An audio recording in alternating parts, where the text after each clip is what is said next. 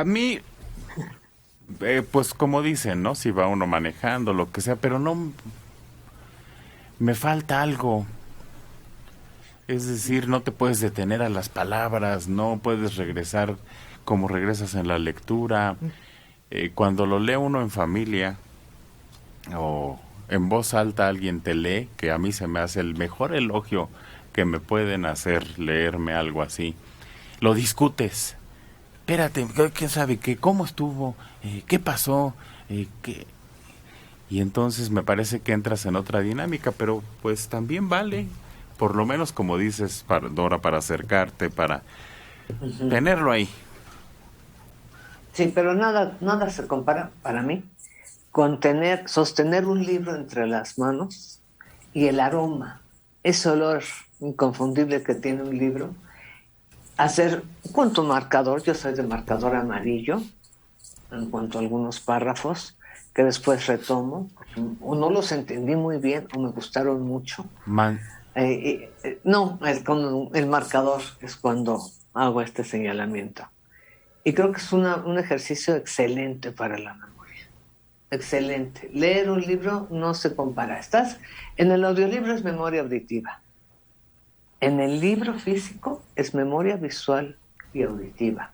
Y en la lectura es memoria visual, memoria auditiva, pronunciación, articulación. O sea, son muchas las funciones que se ven favorecidas con la lectura y con un libro nos físico. subíamos al automóvil y mi jefa abría el libro y empezaba. Y entonces corríamos. ¿Ya? ¿Ya nos vas a leer? Le decíamos. ¿Ya nos vas a leer? ¿Ya? Porque así todo el viaje en el automóvil ella era la lectora.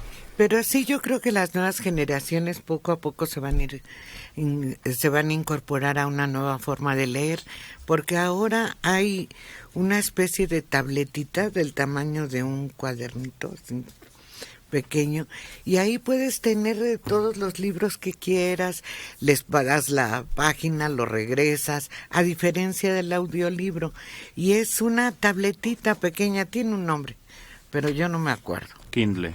Eso. Y puedes tener todos los libros que quieras en el idioma que quieras. No, pero ¿para qué en el idioma?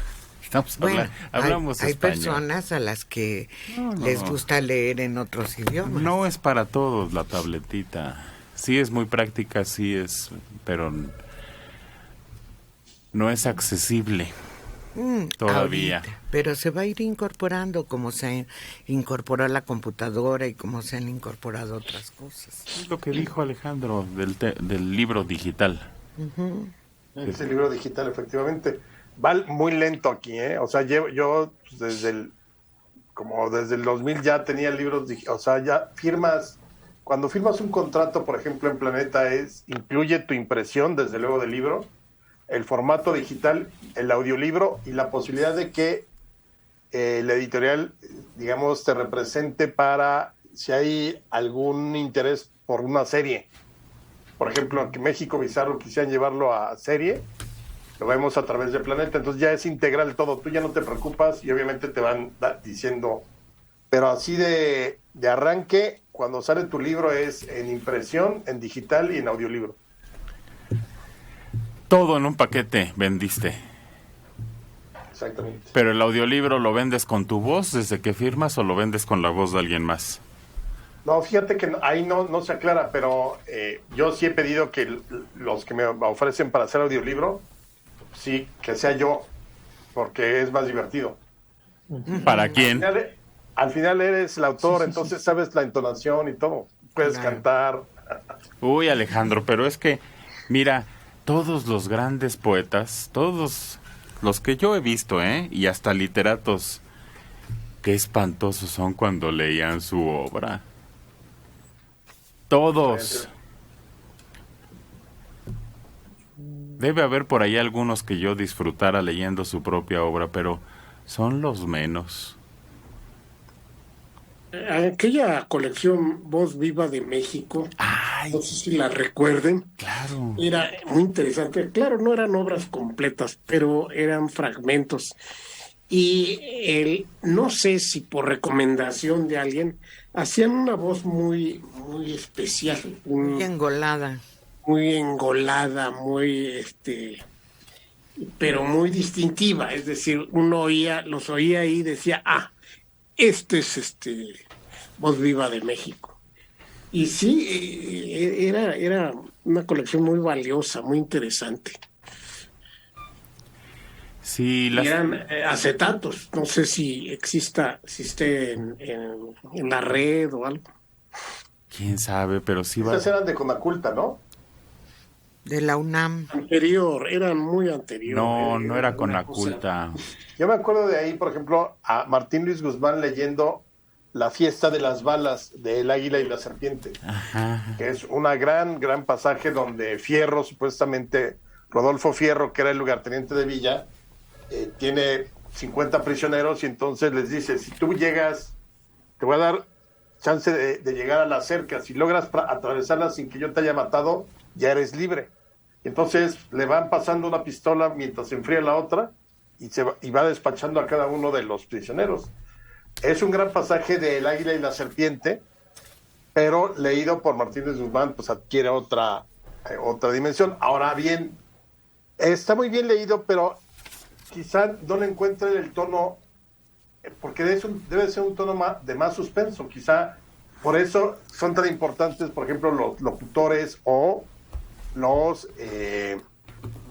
que hacen doblaje. Tienen que actuar, no nada más es, hola, soy abejita, ¿no? O sea, tienen que darle una entonación a lo que estás leyendo o a lo que estás tratando de doblar, porque si no, es plano. Yo me acuerdo, por ejemplo, alguna vez que fui de viaje a Rusia, los Simpson era la misma persona, hacía las voces de todos. Entonces, haz de cuenta que estabas oyendo un discurso de Stalin. Bart era el mismo, Lisa, todos eran igual, el mismo doblador. Ajá. Y en ruso. Yo, por ejemplo, lo que hago en el libro, cuando me ha tocado grabar mis libros, pues sí es darle la entonación. Por ejemplo, el del Osito Panda, cuando hablo de la canción, pues canto un fragmento. O sea, darle un poco de plus, ¿no? Que el lector, si te compra y te escucha, sepa que soy yo y diga, sí es Alejandro Rosas. Se lleve la satisfacción de leer. Aquí tienen a Ricardo Garibay y a Germán Dehesa. A ver, compañeros. Gabriel, por favor. Tengo aquí una serie de ideas un poco fastidiosas sobre el asunto, pero estoy seguro que el doctor Dehesa, a quien no he visto desde el programa anterior, trae algo de más cuantía. Pues por lo menos un doctorado ya, según usted.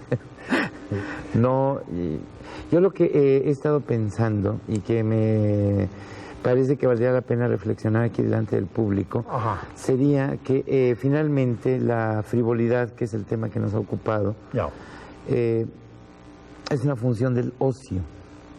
Del ocio. Entonces, yo creo que aquí sería muy interesante platicar un poco acerca de este asunto que es el ocio, porque por una parte es un tema totalmente satanizado. No sé si usted recibió educación en su infancia, tengo graves sospechas de que no, pero si la recibió, usted recordará cómo nos decían que era terrible estar ociosos. Mire usted, yo recuerdo mi infancia como una verdadera plaga por la constante prédica en contra del ocio. Sí. No me dejaban estar ocioso nunca. Nunca, a mí tampoco. A toda hora tenía que estar ocupado en lo que yo consideraba que era un montón de tonterías, pero había que estar ocupado.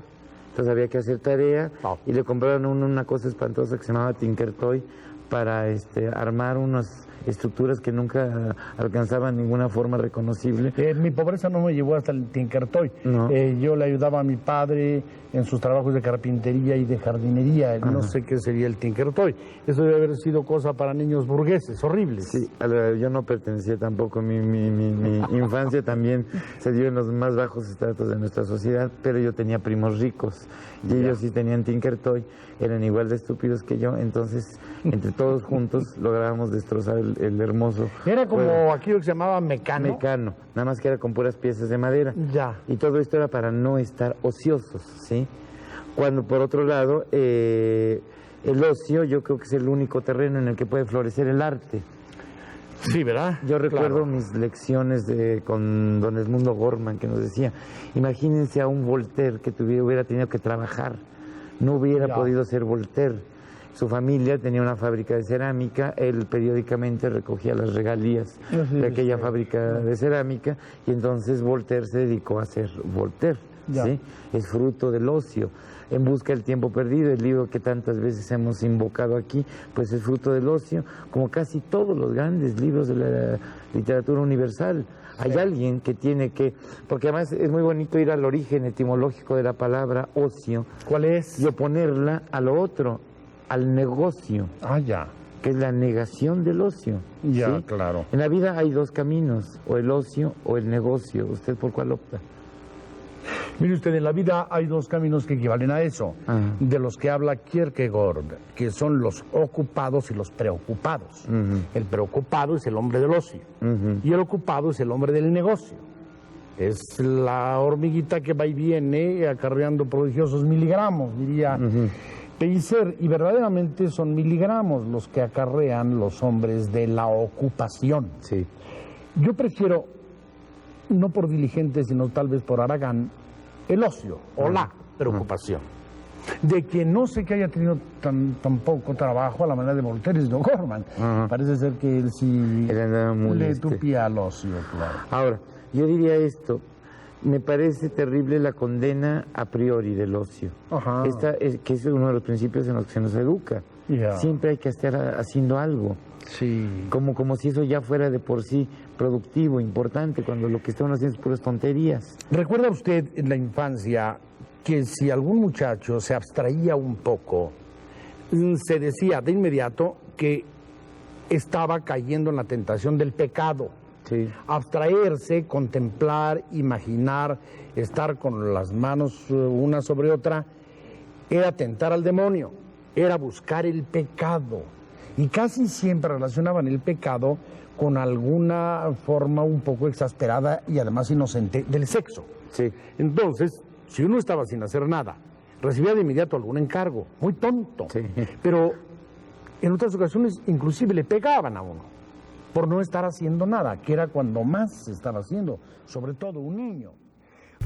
Y así van disertando y golpeándose entre ellos. Pero muy buena, muy divertida. Sí, era muy valiosa. Las personalidades de cada uno tan distintas se complementaban de manera muy eficaz. Heréndira Ruiz Hernández, buen día a todos. Por favor, un saludo a mi mamá que acaba de salir del hospital. Ella es Berta Hernández Luna de Naucalpan. Saludada. Un mensaje. Lo que también ayuda mucho a leer un libro es que aprendes a usar de forma correcta la ortografía y conocer nuevas palabras. Sí. Eso es urgente. Ay, sí. No se puede estar ya en Facebook. Es espantoso. La ignorancia de la ortografía. Tú dices, bueno, pues esta es una persona medio culta, por favor. Es posible que insista en poner la proposición A con HA. Ay, sí. Ay, ¿qué le pasa? Y se los dice, sí, como si nada. Bueno, se nos va. No, pero así insistentemente, que no leen nada, porque ahí, en ningún lugar publicado va a venir a Juan y pasó esto, ¿no? H.A. Hay ratos que duelen los ojos. Duelen los ojos de ver esas barbaridades.